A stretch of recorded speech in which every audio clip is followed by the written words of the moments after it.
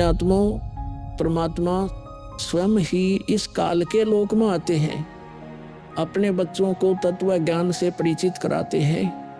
दास के अंदर उसी पूर्ण परमात्मा कबीर साहिब जी की शक्ति काम कर रही है। आप सभी पुण्यात्माओं को काल के जाल से निकालने के लिए परमात्मा इस पृथ्वी लोक में फाल्गुन शुक्ल पक्ष एकम विक्रमी संवत 2053 9 मार्च 1997 रविवार के दिन आए और सार नाम व सार शब्द खुलकर देने का आदेश दिया, जिससे आप सभी का मोक्ष हो सके। इसके बाद इस आध्यात्मिक ज्ञान के प्रचार प्रसार में बहुत तेजी आई और आज आप सभी पुण्यात्माओं को अपने निज घर की और परमात्मा की पहचान हो पाई। 600 साल पहले परमात्मा को ना पहचान कर हम काल के जाल में धोखे से रह गए थे। अब की बार दास को आम संत समझकर धोखा मत खा जाना। यदि आप इस परमात्मा के तत्व ज्ञान से पूर्णतः परिचित हो चुके हो तो दास के इस इशारे को समझकर अपना उद्धार करवा लेना और अपने अन्य भाइयों बहनों को भी कबीर परमात्मा का यह सच्चा मार्ग समझाना। दास को कबीर परमात्मा का मिलना आप सभी के जीवन के कल्याण का कारण बन रहा है।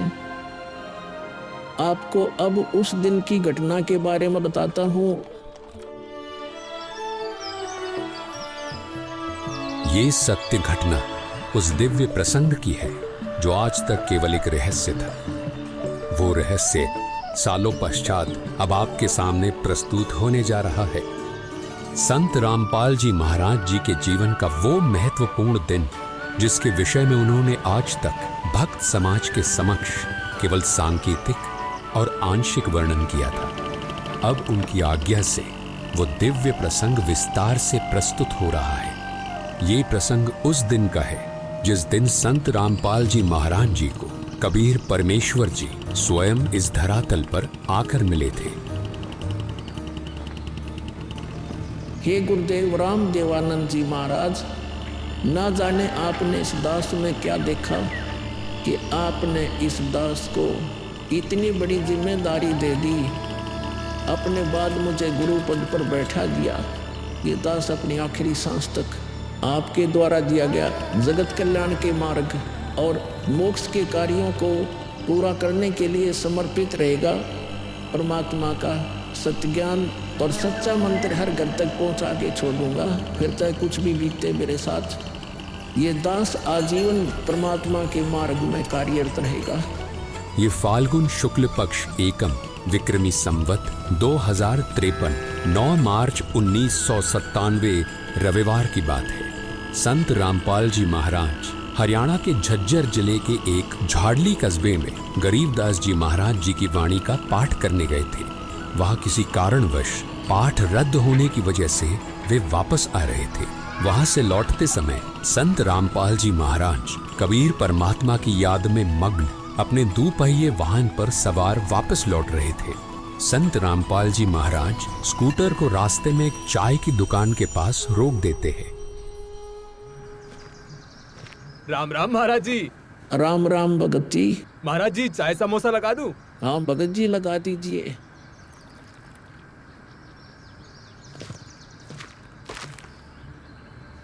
इस बोले भगत को भी परमात्मा का तत्व ज्ञान समझाना चाहिए। भगत जी, कबीर परमात्मा की भक्ति करनी चाहिए। मनुष्य जीवन हमें सिर्फ इसीलिए मिलता है।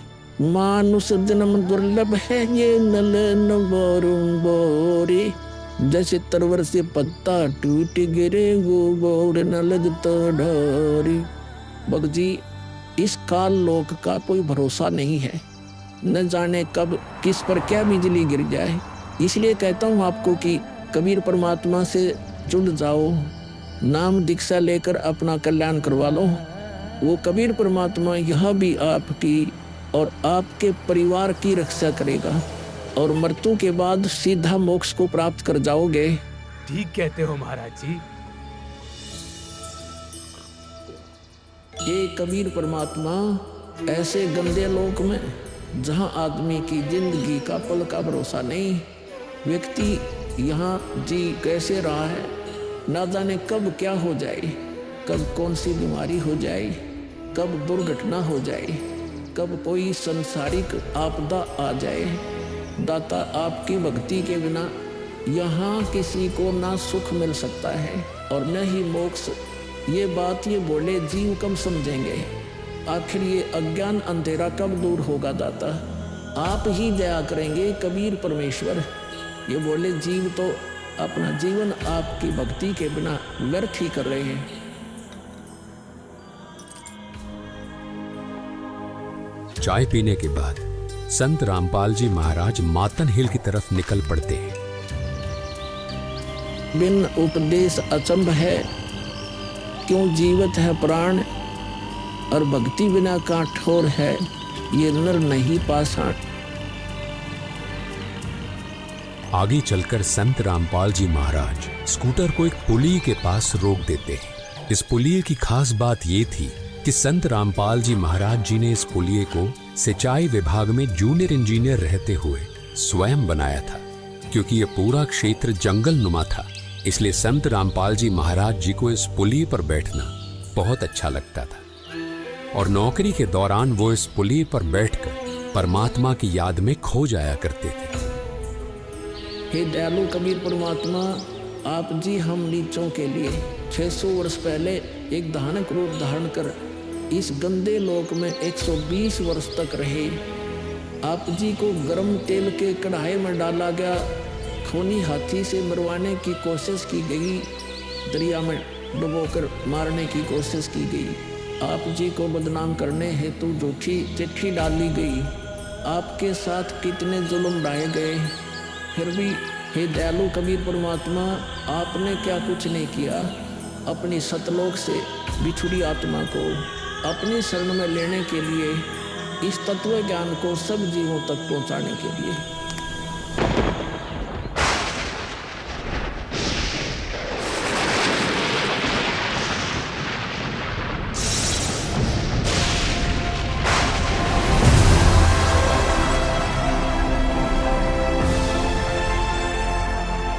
साहेब कबीर आजा आत्मा तोए पुकारती, तेरे हाथ में चाबी वो सतगुरु सतलोक द्वार की।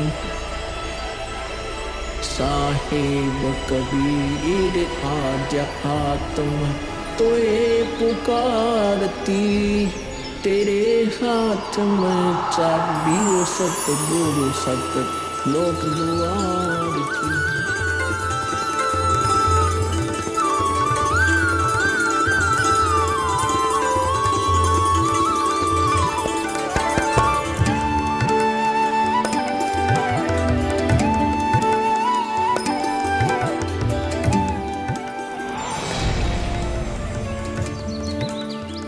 राम राम भगत जी। राम राम। आओ भगत जी बैठिए, खड़े क्यों हो? संत रामपाल जी महाराज अपने परने को पुलिया की दीवार पर बिछा देते हैं और महात्मा जी से बैठने का आग्रह करते हैं। कहाँ से आए हो बेटा, क्या करते हो? भगत जी, वैसे तो मेरा गांव धनाना है, जिला सोनीपत में पड़ता है। अब एक छोटा सा मकान बनाकर रोहतक में रहता हूँ। जूनियर इंजीनियर था, लेकिन अब नौकरी छोड़ दी है। बेटा, तेरे धनाना और रोहतक वाले घर के बारे में तो मैं अच्छी तरह से जानता हूँ और यह भी जानता हूँ कि तेरे 2 पुत्र और 2 पुत्री हैं। मैं तो यह पूछ रहा था कि इस जन्म से पहले तेरा घर कहाँ था? अरे, इन महात्मा जी को मेरे बारे में इतना कैसे पता है? महात्मा जी, जन्म से पहले हम सतलोक में थे, वही हमारा घर था। लगता है ये भगत जी राधा स्वामी पंथ के अनुयायी हैं। इनको सत्य का ज्ञान कराना चाहिए। मेरे गुरुजी स्वामी रामदेवानंद जी हैं। मेरे भगवान कबीर देव जी सृष्टि के रचनहार हैं, वही सतपुरुष है। कुछ पंथ वाले सतलोक के विषय में तो बताते हैं, लेकिन वे सतपुरुष को निराकार बताते हैं, जो कि बिल्कुल झूठ है। भक्त जी, मैं स्वयं संत गरीबदास जी के पंथ से जुड़ा हूँ। संत गरीबदास जी गांव छुड़ानी जिला झज्जर वाले थे और उनको 10 वर्ष की उम्र में कबीर परमात्मा जी जिंदा महात्मा के रूप में मिले थे। उसके बाद कबीर परमात्मा जी गरीबदास जी की आत्मा को अपने साथ सतलोक ले गए थे और वहाँ की सारी व्यवस्था दिखाकर उन्हें इस धरती पर वापस छोड़ा था। फिर उन्हीं बालक गरीबदास ने सतलोक के बारे में बताया कि ऊपर सतलोक है, वहाँ सारी सुख सुविधा उपलब्ध हैं, सदाबहार बाग हैं, नर नारी की सृष्टि है। वहीं पर एक गुम्मट युक्त महल में कबीर परमात्मा जी सिंहासन पर बैठे हुए हैं और वहीं से कबीर परमात्मा जी इस सृष्टि को चला रहे हैं। हम सब वहीं रहा करते थे, वही हमने जाना है। जो सतलोक में केवल प्रकाश ही प्रकाश बताते हैं उनका ज्ञान गलत है, वे मोक्ष प्राप्त नहीं कर सकते। भक्त जी उस बालक गरीबदास ने वाणियों के माध्यम से बताया है कि गरीब अनंत कोटि ब्रह्मांड का एक रति नहीं भार, सतगुरु पुरुष कबीर हैं कुल के सिरजनहार। कौन कबीर?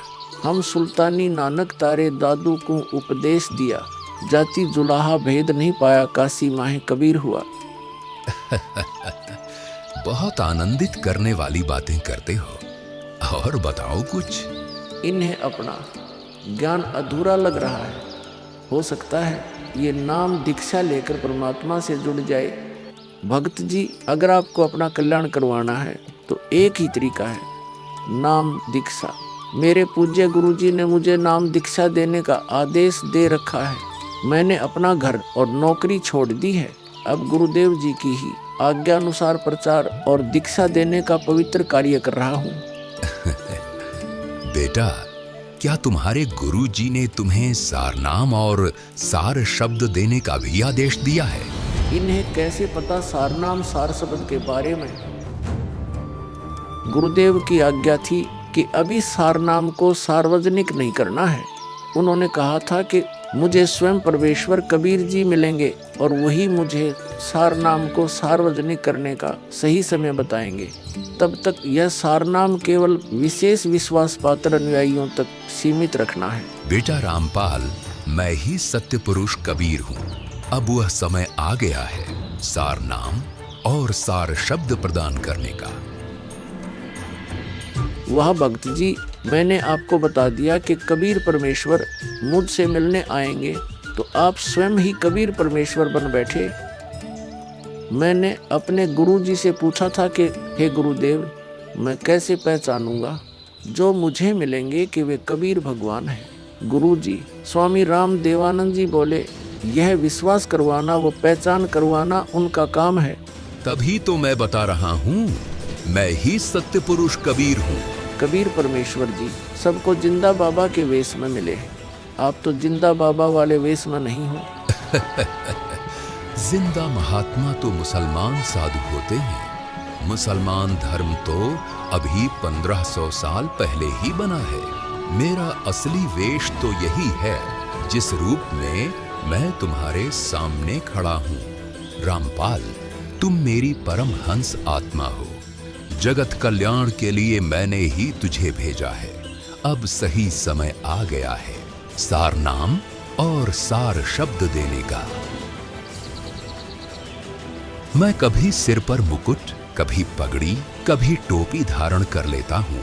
चारों युगों में आता हूँ।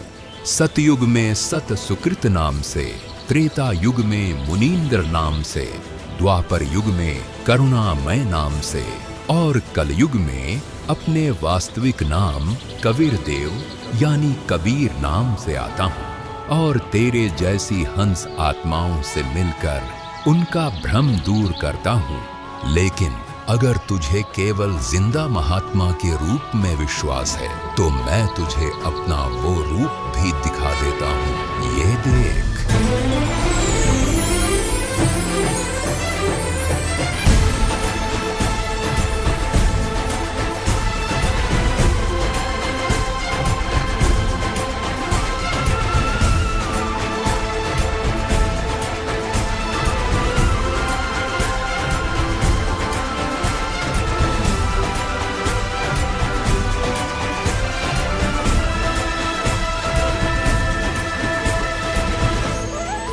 हे परमेश्वर, मुझे क्षमा कर दीजिए।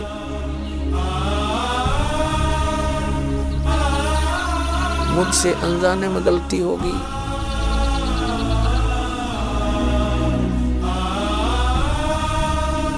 आपने मुझे साक्षात दर्शन दिए और मैं आपको पहचान न सका।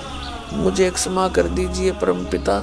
बेटा रामपाल, अब वो समय आ गया है जो मैंने धर्मदास को कहा था कि कलयुग बीते 55 पांचा, तब यह वचन मेरा होगा साचा। यानी जब कलयुग 5505 वर्ष बीत जाएगा, तब मैं खुद इस धरातल पर आऊंगा और अपने बच्चों को तत्व ज्ञान समझाकर इस काल लोक से सतलोक ले जाऊंगा। बेटा रामपाल, तुम मेरी परम हंस आत्मा हो। अब इसके आगे बेटा, मैं ही तेरे रूप में सारी लीला करूंगा और यह तत्व ज्ञान अपने बच्चों को बताऊंगा, उन्हें सतलोक की राह दिखाऊंगा।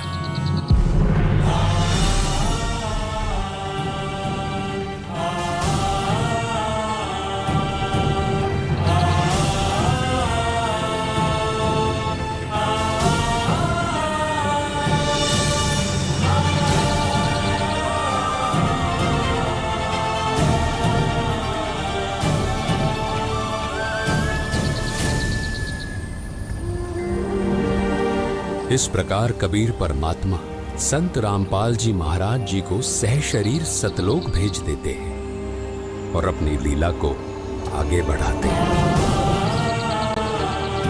गवी ख्यालवी साल सतगुरु अतल दिगंबर धीर भक्ति हेत काया धर आए अवगत सहत कबीर।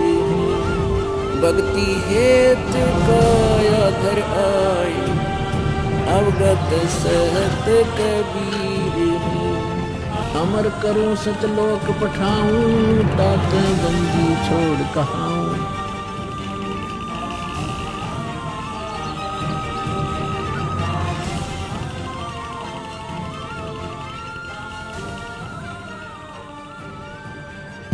इस प्रकार कबीर परमात्मा संत रामपाल जी महाराज जी को सह शरीर सतलोक भेज देते हैं और स्वयं सर्व सृष्टि रचनहार कबीर परमात्मा संत रामपाल जी महाराज जी के रूप में संपूर्ण संसार का उद्धार करने के उद्देश्य से इस पवित्र मिशन पर निकल पड़ते हैं। संत रामपाल जी महाराज जी के रूप में कबीर परमात्मा स्वयं को छिपाए हुए हैं। उनके इस लीला को समझना आम जीव की समझ से बहुत दूर है। एक संत के स्वरूप में परमात्मा के अभिनय की ये अद्भुत सच्चाई भक्त समाज के लिए जानना बहुत जरूरी था। साक्षात कबीर परमात्मा के स्वरूप बंधी छोड़ सद्गुरु रामपाल जी भगवान की जय हो। अब बच्चों, ज्ञान पूरा आ चुका है और वो ठीक का समय आ गया है। गुरु पूरा, ज्ञान पूरा, भगवान पूरा, सब ही नारी नर शुद्ध तक। जब ठीक का दिन आवंत, कपट चातुरी छोड़ के शरण कबीर गहनत। बच्चों, वो ठीक का दिन आ गया। चारों तरफ डंका बोल गया दाता का। कहाँ उग्र, कहाँ शूद्र हो, चाहे कोई नकम्मा डाकू लटेरा है, चाहे कोई छोटी जाति समझते हो आपको, हरे सबकी भाव पीर परमात्मा। वो संत जो मेरा भेजा होगा, भेजा हुआ आएगा, वो सब के दुख दूर करेगा। हरे सबकी भाव पीर, सो समान समदृष्टि है समृत सत कबीर। वो एक समान समदृष्टि का है, सबको एक दृष्टि से एक समान प्यार देगा, सबको एक जैसा व्यवहार देगा, एक जैसा सच्चा नाम सतनाम सार शब्द देगा। वो समर्थ सत कबीर ही होगा। बोलो बंदी छोड़ कबीर साहब की जय हो।